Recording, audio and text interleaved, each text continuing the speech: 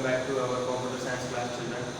Today we are going to learn input and output devices, our chapter first for class 4, part 3. Till now we have seen computer and its basic functions. Then we have started with some input devices like keyboard, mouse, touchpad, microphone, touch screen. In this part 3 we will study some other input devices. Okay. So the next input device is light pen. ये हमने class 3 में भी देखा था, class 2 में भी इसका short introduction था. A light pen works like a mouse, but one difference is that it allows the user to point at objects.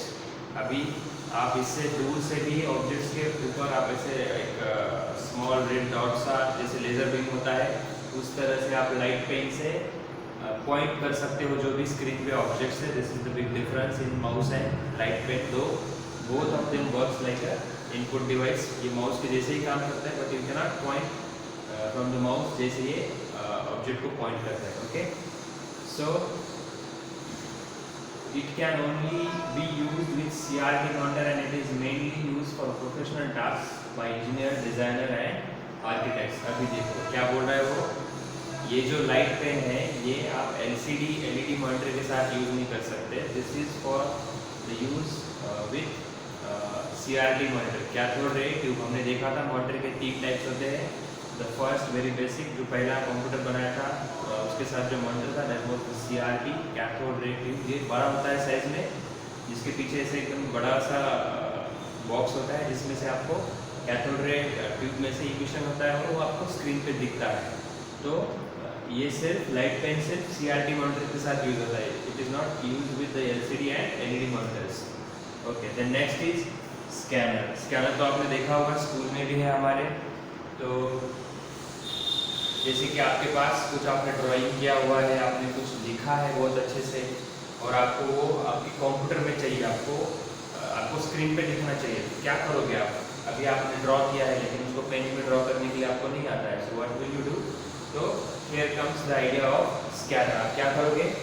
Scanner में उस पेपर को रखोगे, स्कैन को कनेक्ट करोगे स्कैनर को और उसको स्कैन करोगे. जैसे ही आप स्कैन करोगे आपके डॉक्यूमेंट को तो एज इट इज उसका जो पिक्चर है, जो भी आपने ड्राइंग निकाला है, जो भी चार्ट है, जो भी आपने लिखा है, everything written on the paper, image, text, symbols, वो जैसे कि वैसे कॉपी होके स्कैन होके आपको मॉनिटर पे दिखेगा. Then you can do editing.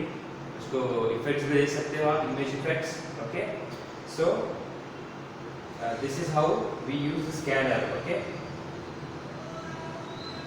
In these situations जो अभी हमने बात की, जैसे आपको कुछ पेपर पे लिखा हो कंप्यूटर में लेना है तो scanner scans the information and converts it into a form that is understood by the computer. Computer को जो समझ में आता है जैसे कि सॉफ्ट कॉपी, तो कंप्यूटर को सिर्फ बाइनरी समझ में आता है. जैसे हमने लास्ट ईयर भी देखा था, बाइनरी मीन्स 0 and 1 के कॉम्बिनेशन से कंप्यूटर जो है इस सारे टेक्स्ट, इमेज और सिम्बॉल्स को समझता है, इंटरप्रेट करता है. तो उसमें वो कन्वर्ट कर देगा आपको स्कैनर. और फिर कंप्यूटर जो समझता है वो हमें जो लैंग्वेज में समझता है, जैसे हम डिस्प्ले समझते हैं, हमें इमेज समझती है, हमें टेक्स्ट समझता है, तो उस लैंग्वेज में कन्वर्ट करके हमें डिस्प्ले कर देगा. ओके, तो most commonly use scanner is flat bed.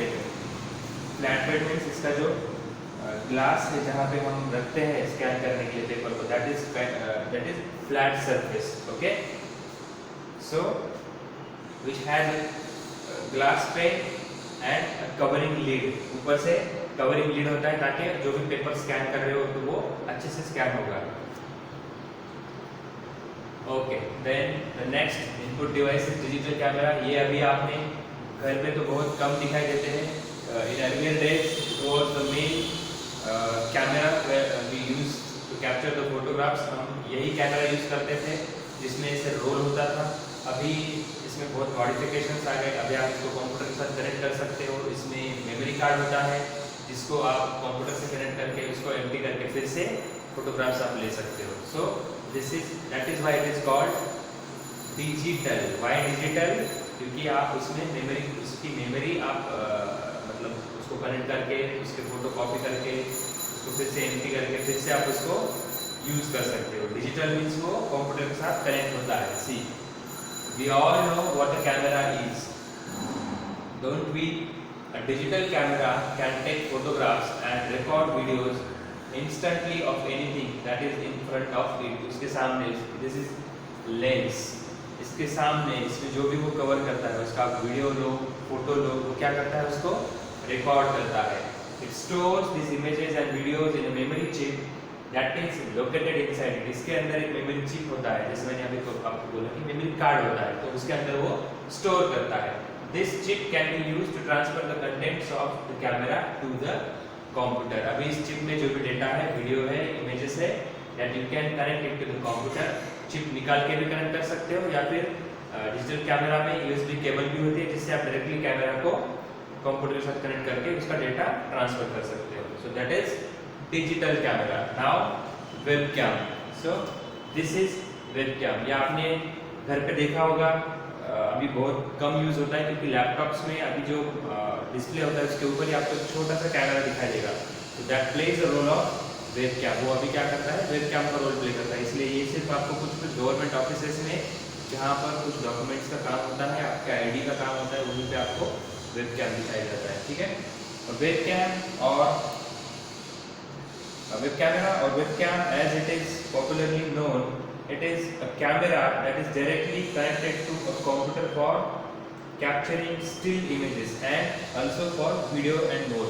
अभी कुछ जगह पे वीडियो चैट्स के लिए भी यूज होता है वेबकैम. कुछ कैफेज में अभी भी यूज होता है कि आप वीडियो चैट, अभी जैसे आप मेरा वीडियो देख रहे हो, दिस इज रिकॉर्डेड, आप जो देख रहे हो, तो लाइव चैट में जैसे हम लाइव वीडियो कॉल करते हैं तो वहाँ पे भी वेबकैम्स यूज में आते हैं to record your video and to live telecast it to the other end. Okay, so this is webcam. Next.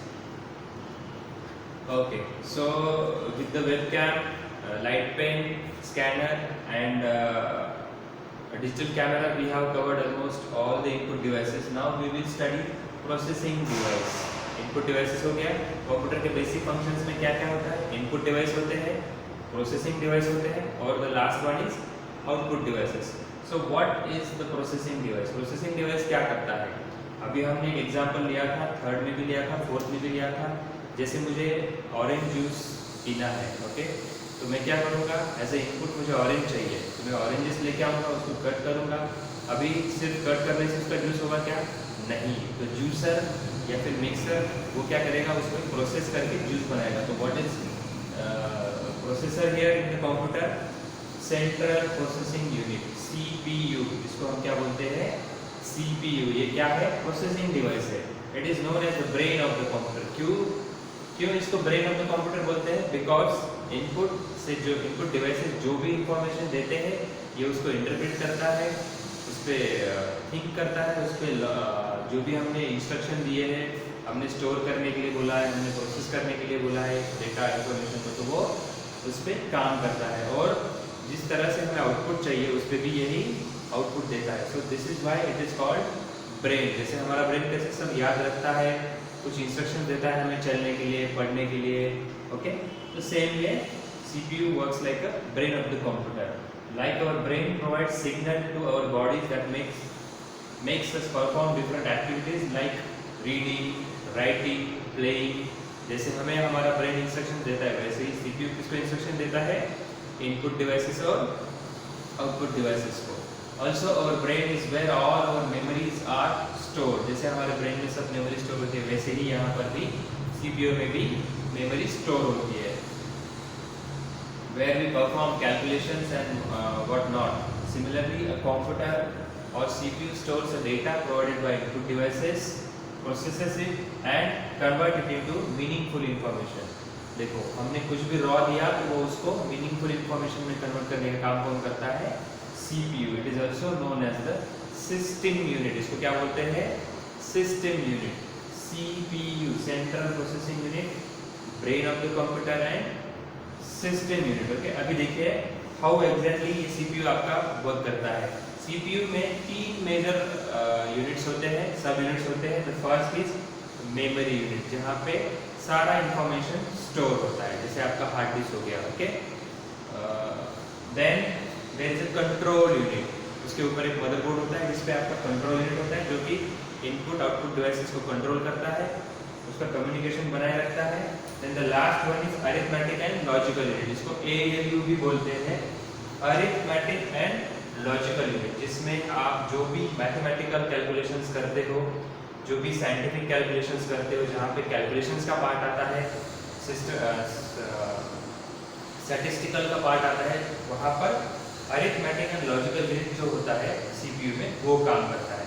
C input devices, it can be n number of input devices like keyboard, mouse and all those input devices। आप इसको connect कर रहे हो यहाँ से। Control unit का काम क्या है? To understand this input is from this particular input device, then इसको मेमोरी में रखना है या फिर उसको उसके ऊपर कुछ टास्क कुछ प्रोसेस करनी है, वो करके देखो 2 डायरेक्शनल बाई डायरेक्शनल एरोज है। इसका मतलब क्या है? कंट्रोल यूनिट में जो भी डेटा हम देते हैं, इंस्ट्रक्शन देते हैं, वो बाई डायरेक्शनली मेमोरी यूनिट और अरिथमेटिक लॉजिक यूनिट के साथ शेयर होता है। शेयर क्यों होता है? वन साइड से यहाँ पर इंफॉर्मेशन जाएगी टू स्टोर इट, फिर इस स्टोर करने के बाद उसका एड्रेस यहाँ पे आएगा कि इस लोकेशन पे स्टोर है। फिर अगर कुछ उस पर प्रोसेस करनी है, कुछ कैलकुलेशन करना है, तो it will give instruction to ALU, ALU उसके ऊपर प्रोसेस करके कंट्रोल यूनिट को बताएगा and it will give output to output device. This is how computer works. Okay okay, जो अभी हमने पार्ट्स डिस्कस किए थे, so these are the all parts. Memory unit that is MU, then arithmetic and logical unit ALU, and the last one control unit CU। So what is memory unit? The memory unit or MU stores information either permanently or temporarily depending upon our requirements। अब ये temporary और permanently क्या होता है? देखिए आपके computer में कुछ फाइल्स टेम्पररी सेव होती है, जैसे कि आप कुछ काम कर रहे हो, कुछ एप्लीकेशन ओपन किया है आपने, तो उसकी सपोर्टिंग फाइल्स टेम्पररी ओपन होती है, मेमोरी ऑक्यूपाई करती है और फिर से छोड़ देती है, जिसको हम रैम बोलते हैं। जैसे यहाँ पर हार्ड डिस्क होता है मेमोरी में, वैसे ही रैंडमली एक्सेस मेमोरी होती है रैम, उसमें भी कुछ आपके टेम्पररी फाइल्स रहती है, एप्लीकेशन टेम्पररी रन होते हैं, फिर से वो मेमोरी फ्री की जाती है। या फिर जो कुछ फाइल्स आपने डिलीट की है वो टेम्पररी कहाँ चली जाती है? रिसाइकल बिन में चली जाती है। फिर वहाँ से जब डिलीट होगी तो that will be a permanent deletion. और परमानेंटली स्टोर होती है वो कहाँ पर होती है? हार्ड डिस्क में। कहाँ पर? आपके हार्ड डिस्क में। Okay, then arithmetic and logical unit. The ALU is where all the arithmetic calculations and logical operations are perform. Arithmetic calculations जैसे आपका addition, subtraction, multiplication, division, percentage, there are lot of things. Logical, इसमें आपके logs वगैरह आते हैं, sine, cos and other logical data. Okay, then control unit, as the name suggests, इसका नाम जो है control unit, controls and manages all the operations of the computer, all the operations right from input to display output as a result, everything is controlled by control unit, whether it is going to be in memory, whether it is going to into arithmetic logic unit, उसको कौन control करता है? Control unit. Okay okay, so this is how we have covered our CPU part. Now there is an amazing fact to know. Touch screens can be classified as both input and output device as they show us the result just like the monitor। अभी हमने ये part 2 में भी देखा था, touch screen जो है ये आपको एज ए इनपुट और आउटपुट डिवाइस दोनों तरह से काम करता है। जस्ट फॉर एग्जांपल अभी ये स्क्रीन है, फॉर एग्जांपल अभी अगर ये टच स्क्रीन है तो if I touch the screen तो कुछ ऑपरेशन करेगा, जैसे आपका मोबाइल का स्क्रीन होता है, राइट? तो वो एक तरह से इनपुट भी होता है, इनपुट भी लेता है, आप टच करते हो, एप्लीकेशन ओपन करते हो, टाइप करते हो, that time it is receiving the input. और जब वो डिस्प्ले करता है, जब वो एप्लीकेशन ओपन करता है, तो that time it is displaying you as a output. So same way जैसे आपके स्मार्टफोन का स्क्रीन काम करता है as a input, as a output device, touch screen also work as a input and output device, जो monitor होते हैं touch screen. Okay, in older times the second amazing fact is in older times CPU used to be huge and bulky। जब सबसे पहला computer develop किया था तो it was very huge, एक बड़े रूम इतना था वो, जिसमें ऐसे बड़े बड़े केबल्स थे, ऐसे लोगों को हाथ में पकड़ के उसको वायरिंग एक जगह से निकाल के प्लग दूसरी जगह पे लगाना, उसको बहुत सारी एनर्जी लगती थी, ह्यूमन एफर्ट्स लगते थे, इलेक्ट्रिसिटी ज़्यादा लगती थी, बहुत स्पेस लगती थी। सो huge and bulky थे, they could take up a space of a big room, जैसे आपका क्लासरूम होता है ना, उससे भी बड़ा वो जगह लगती थी उसको. But today CPUs are extremely small. आज देखो कितनी डेवलपमेंट हो गई. कहाँ वो एक रूम इतना बड़ा कंप्यूटर जो कि सिर्फ एडिशन और सब्ट्रैक्शन कर पाता था, आज आपके मोबाइल में देखो इतना छोटा मोबाइल है आपका, दैट इज ऑल्सो कंप्यूटर. तो उसकी साइज कितनी रिड्यूस हो गई CPU की, देखो. So small that they can fit into the palm of your hand, आपके हाथ में भी फिट होता है, right. Have 1000 times more power than their earlier ancestors. Ancestors मतलब जैसे जो ये पहला CPU बनाया गया था जो कि सबसे बड़ा था साइज में, लेकिन काम बहुत छोटा करता था, उसको भी बहुत टाइम लगता था. तब तक तो हम अपने हाथ से भी कुछ कैलकुलेशंस आसानी से सॉल्व कर सकते थे. तो यहाँ से लेके जो भी डेवलपमेंट हुई है, आपके हाथ में जो छोटा से छोटा स्मार्टफोन है, यहाँ तक की डेवलपमेंट जो है वो इतनी फास्ट हुई है कि आपने उस बड़े रूम साइज वाले कंप्यूटर को इतना छोटा कर दिया आगे. ओके, तो these are the two amazing facts to know. With this we have covered input devices, then processing device, उसके 3 units, control unit, memory unit and arithmetic logical unit. In next part, the last part, we will study output devices. Okay, thank you.